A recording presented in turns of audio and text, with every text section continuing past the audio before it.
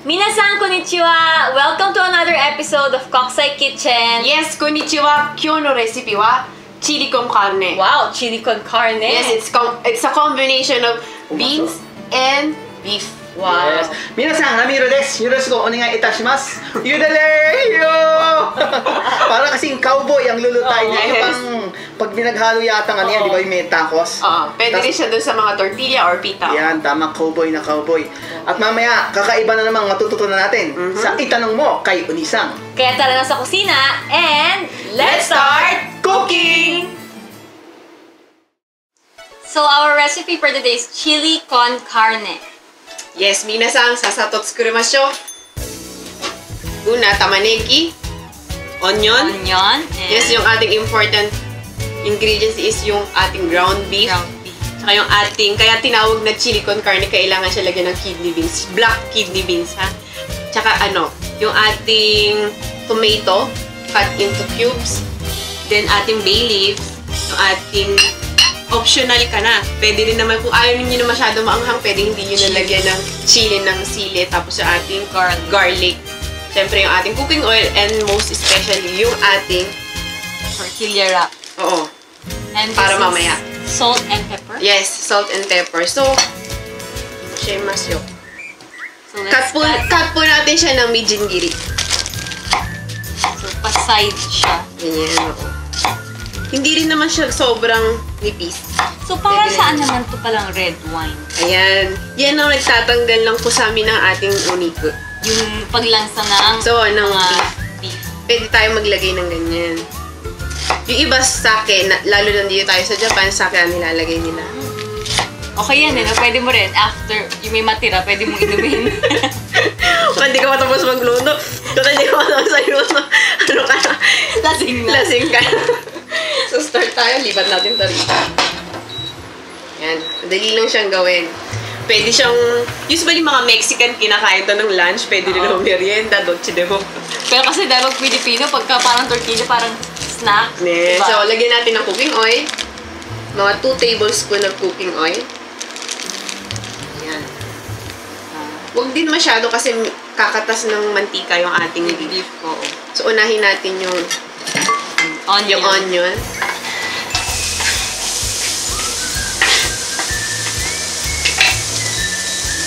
Okay, may makikisuyo. Okay. Then yung ating garlic.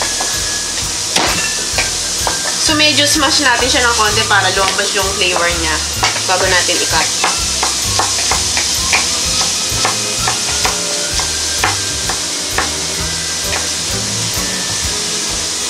So, after this, sasabayan natin yan.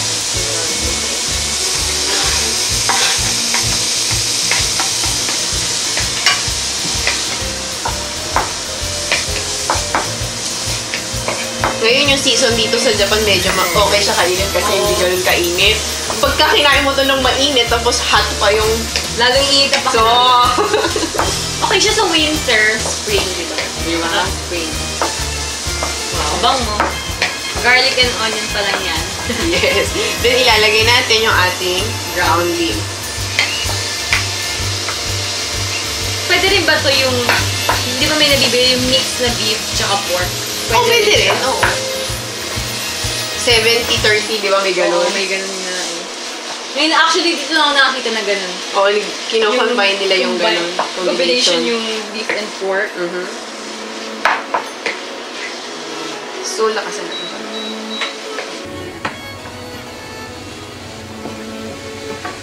So, kailangan, hindi tostado yung garlic tsaka yung... Oo, kasi pag kulang pa natin yung tomatoes, kaya lang dapat maging brown na muna siya, matanggal muna yung pagka-red niya bago natin ilagay yung the rest of the ingredients. Pwede na natin ilagay ito para habang yung ating baby. Siguro dalawa pwede. Isa dito sa pagtanggal ng lansa. Usually, di ba, pag may mga meat sauce, kung may mga karne, naglalagay ng baby. Picadillo. Oo. Medyo similar siya sa picadillo, pero nilalagyan ng olive yun, kaya medyo maasim dahil yung... Saka may siya raisin. Yan. adobo, Filipino adobo, Naglalagay sila ilalagay ng na Oo, baby. dahon ng laurel. Ang tawag doon.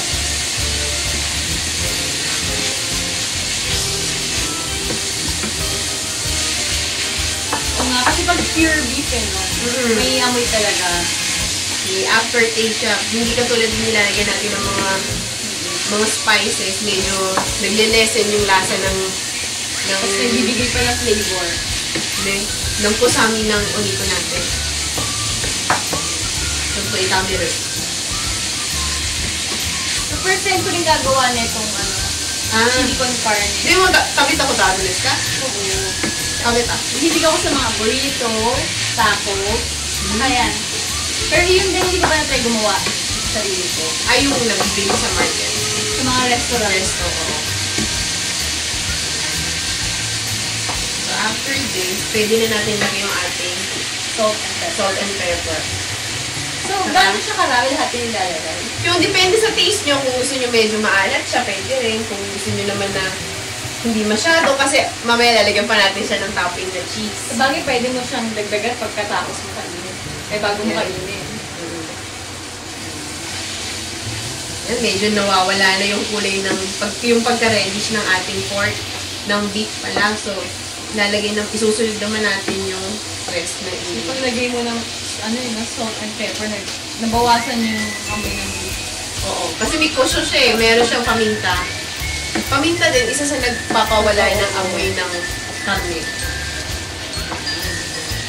So, ilalagay na natin yung ating tomato. So, yung ganito, pwede na siya. So, tomato cubes. Yung nasa lata, pwede rin. Tomato sauce, pwede rin. Pero mas okay yung nasa lata kaysa yung ikaw maghihirang mismo. Kasi ito may juicy. Kasi may nabibili na yung whole tomatoes. So fat iba rin yun. tomatoes. Pag yung whole kasi, hihiwain pa yun. Oo. Tapos meron yung puree lang siya, para naman tomato. Yung medyo beets siya. So, pwede kayong gumamit ng nasa lata o pwede rin kayong maghiwa ng sarili mo kamatis. So, pagka nalagay na natin, pwede na natin isunod to. Then, simmer natin siya ng mga 5 to 6 minutes. Tapos, lagyan natin yung last natin na seasoning. So, pagka na-simmer na siya ng 3 to 5 minutes, mapapalit ko pa.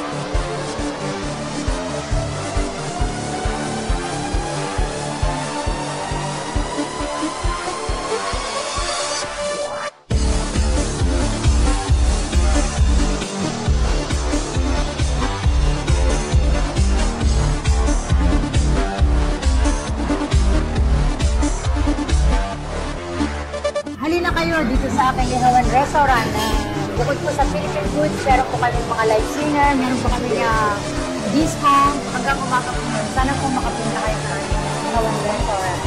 Maraming salamat po. Thank you.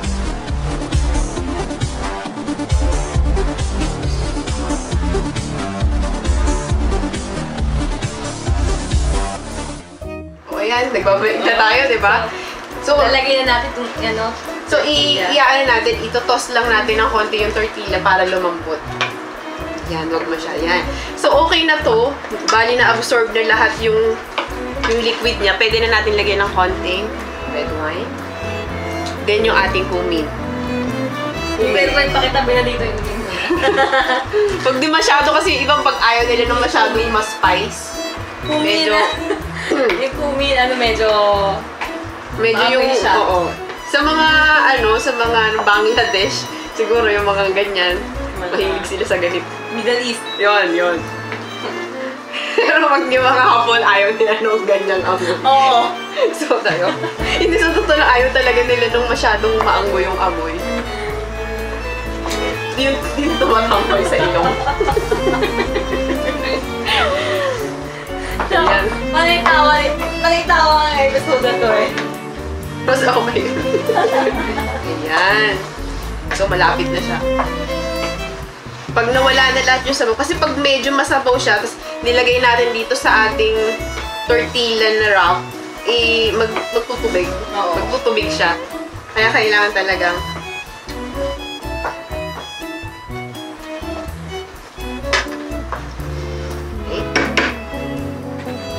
so, pwede na natin siya patayin para makita natin kung paano maglalagay. Yan. So, ito na ating yung tortilla wrap. So, ilalagay na natin. Depende sa inyo kung gaano karami.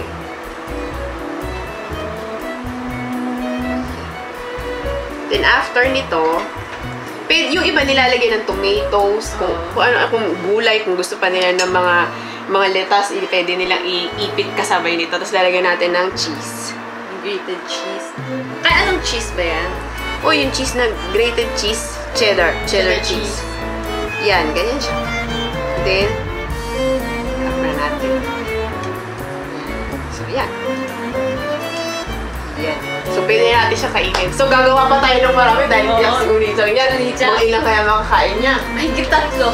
O, kaya kailangan natin gawa ng marami. Para matikman na natin kung may magbabalik.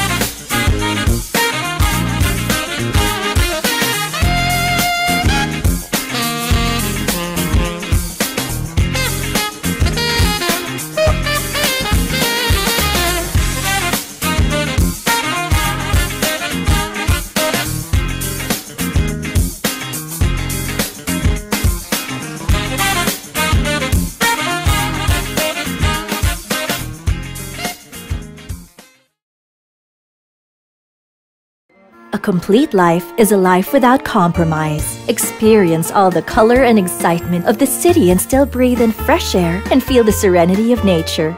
This is Avida Towers, Riala. Avida Land's newest residential project in Cebu. It is a life without compromise. The life that awaits you at Avida Towers, Riala.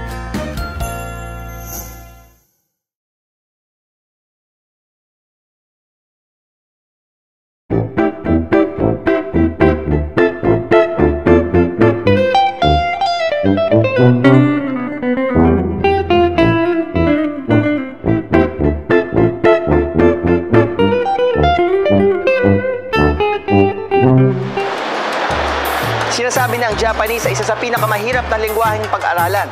Pero sa ating mga Pinoy na nandito sa Japan, may pang-araw-araw na salita tayong nadidinig na minsan ay akala natin ay tama. Pero pag sinek natin, mali pala. Kaya heto, pakinggan at panoorin natin ang ating Top 10 Nihongo Machigai List.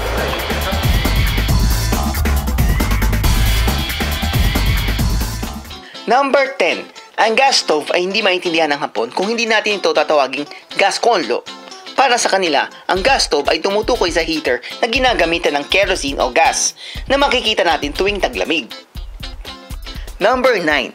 At dahil sa mura, madalas tayong namimili sa mga hyakuen shop. Tandaan, hyakuen at hindi haken. Hyaku means 100 at en naman ang Japanese currency. Number 8. Kapag pasok sa restaurant, tinatanong ka agad ng waitress na, "Okiyak sa mga namay desu ka?" Kung tatlo kayo, ang proper na sagot ay sanin des at hindi samay des. Number 7. Huwag malito. Ang kin and seki ay non-smoking seats. Ang kitsu and seki naman ay smoking seats. Huwag malito. Number 6. Ang iku, iki at yuki na may isang kahulugan na ang ibig sabihin ay papunta or going sa Ingles. Ang kuro naman ay paparating o coming. Number 5. Kapag sinabi ang sariling pangalan, huwag nang lagyan ng san. Halimbawa, Boku wa Ramiro-san desu. Mali. Ang tama ay Boku wa Ramiro desu.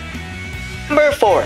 Masarap mang kainin o amuyin. Ang sakurambo o cherry ay hindi nang galing sa sakura tree o cherry blossom na may scientific name na Prunus cerulata. Number 3. Ang hambago ay tumutukoy sa burger steak at ang hambaga ay tumutukoy sa burger sandwich. Number 2. Ang presidente ng isang kumpanya ay tinatawag nating shacho at hindi sacho dahil kaisha means company, cho means head. Number 1. Atamakin, hindi atamaken. Ang katumbas nito sa English ay down payment. Ginagamit ito kung may bibilhin kang gamit o lupa o bahay at kailangan mong magbigay ng paunang bayad. Hindi ito proper gamitin kung ikaw ay magbibigay ng paunang bayad sa uupahan mong apartment. Ang tawag doon ay shikikin, reikin. Ang shikikin ay deposit. Diyan binabawas o inaawas ang mga nasira mong parte ng bahay bago ka lumipat. Kaya lang madalas dito'y wala nang naibabalik sa'yo. Reikin or key money. Yan ang binibigay mong pera sa oyasan mo para bagang pakimkim, ika nga. Heto naman ang listahan ng ilang katakana words na nagpapalito sa atin dahil tila napakalayo na kumpara sa original na salita. Ang katakana ay kadalasang ginagamit para pantukoy sa mga foreign names o foreign words na walang direct translation sa wikang Hapon.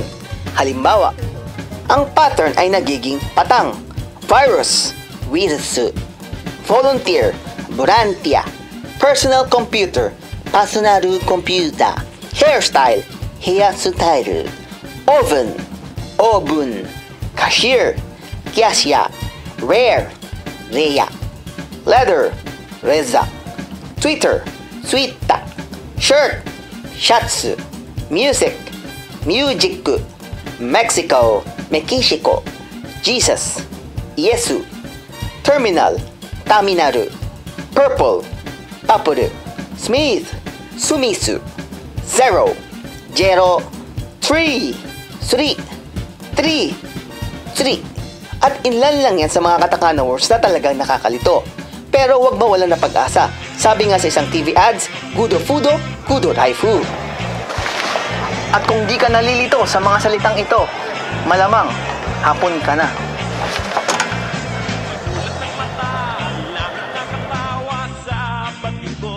Sa batibot tayo nang magpunta, tuklasin sa batibot ang tuwa.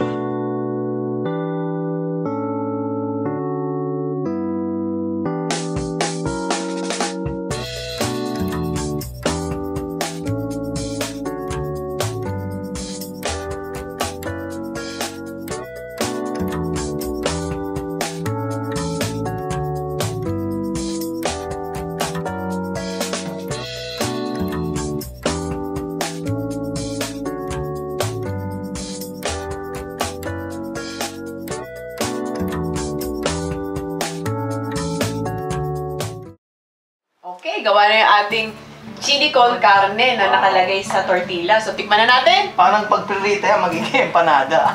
Ay, Hindi naman.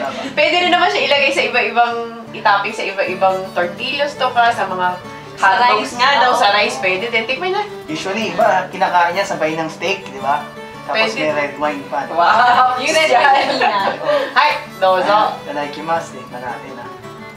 Ayan, Okay, ang social ko na, di ba? Dati nabibili lang sa Pilipinas yung nilalagyan ng parang ano lang. Yung parada lang. Piso. Yatameru. Tadaikimasu! Itadakimasu!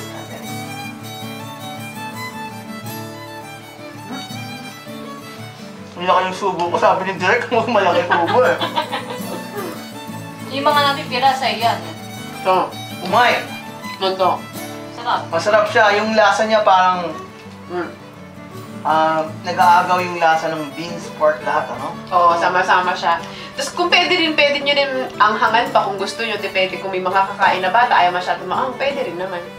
Tsaka kung iba kasi nilalagyan pa ng extra tomato, di ba? Oo, pwede. Pwede Tabasco. Tabasco, lettuce, kung anong gusto nyo ilagay, pwede pa rin, di ba? Kahit ano pwede. Oishi. Harap nga. At syempre nga pala, may babating ka kami. So yun, meron tayong viewers din sa New Zealand. Valdez Wow. family, hello! Tsaka yung mga nanonood sa atin sa Canada. Hello po sa inyo. Salamat po sa pagtangkiling ng aming palabas. Oo, actually, yung mga nanonood sa atin sa New York, Wow! sa family, yan. Kahit hindi lang ako kilala, babatiin ko kayo. Hindi kilala eh.